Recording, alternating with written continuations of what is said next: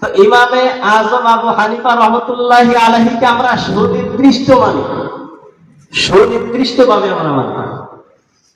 আর লা মাযহাবী সম্প্রদায়েরা ইমাম মানে যখন যাকে ইচ্ছা তখন তাকে ইমাম মানে।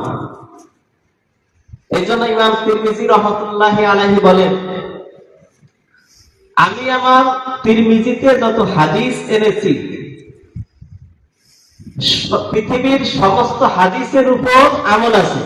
এক তিরমিজিতে যত হাদিস আছে পৃথিবীর সমস্ত হাদিসের উপর আমল আছে।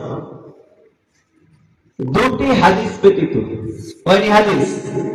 দুটি হাদিস ব্যতীত পৃথিবীর সমস্ত হাদিসের উপর আমল আছে। ইমাম তিরমিজি রহমতুল্লাহ আলাইহি বলেন, আমি আমার কিতাবে যত হাদিস এনেছি সে দুটি হাদিস, যে দুটি হাদিসের উপর আমল নেই সে দুটি হাদিস কি? শরাব পানকারীকে হত্যা।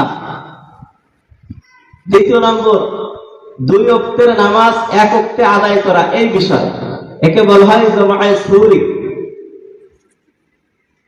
তো আলহামদুলিল্লাহ আমাদের ইমাম এমন একজন ইমাম,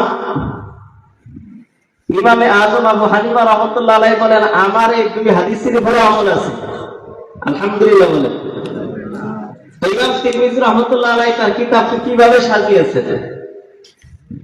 একটি বিষয়, একটি নামাজের একটি বিষয় নিয়ে, যেমন উদাহরণ দিয়ে বলি, নামাজে ইমাম আমি আসতে হবে না জোরে হবে? ইমাম তিরমিজি রহমতুল্লাহ আলাইহি 2 প্রকারের হাদিস এনেছেন, আস্তের হাদিসও এনেছেন, জোরের হাদিসও এনেছেন।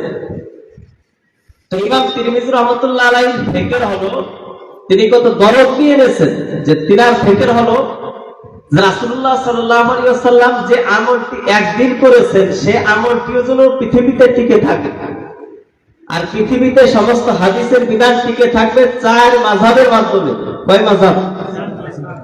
দেখেন, আল্লাহ রাসূল সাল্লাল্লাহু আলাইহি ওয়াসাল্লাম আমিন জোরে বলেছেন সারা জীবন, আস্তে বলেছেন সারা জীবন।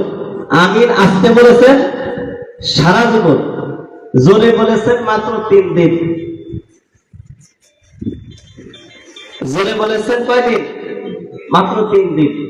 সারা জীবনের আমলটা নিলেন ইমামে আজম আবু হানিফা রহমতুল্লাহ আলাইহি। ইমামে আজম আবু হানিফা বড় ইমাম, বড়টি নিয়েছেন, বড় আমল, সারা জীবনের আমল নিয়েছেন। ইমাম আহমদ বিন হাম্বল দেখতেছেন আমিন জোরে বলেছেন, এটাও তো একটা হাদিস, তাহলে আমি এটা নিই। 3 দিন বলেছেন, তিনি সেটা নিয়েছেন। এই জন্য মক্কা মদিনায় আমিন জোরে বলে।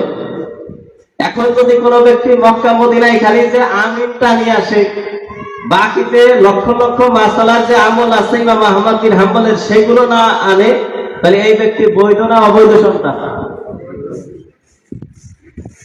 তাহলে আমি যে আলোচনা বলতে গেছিলাম, সুনির্দিষ্ট ভাবে কোন ব্যক্তিকে না মানলে ওই ব্যক্তি কখনো নিজের বৈধতার পরিচয় দিতে পারবে না।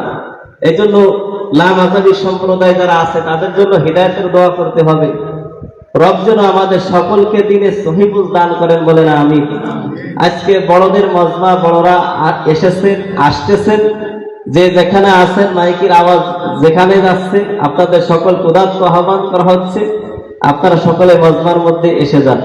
আসসালামু আলাইকুম ওয়া রাহমাতুল্লাহি ওয়া বারাকাতুহু।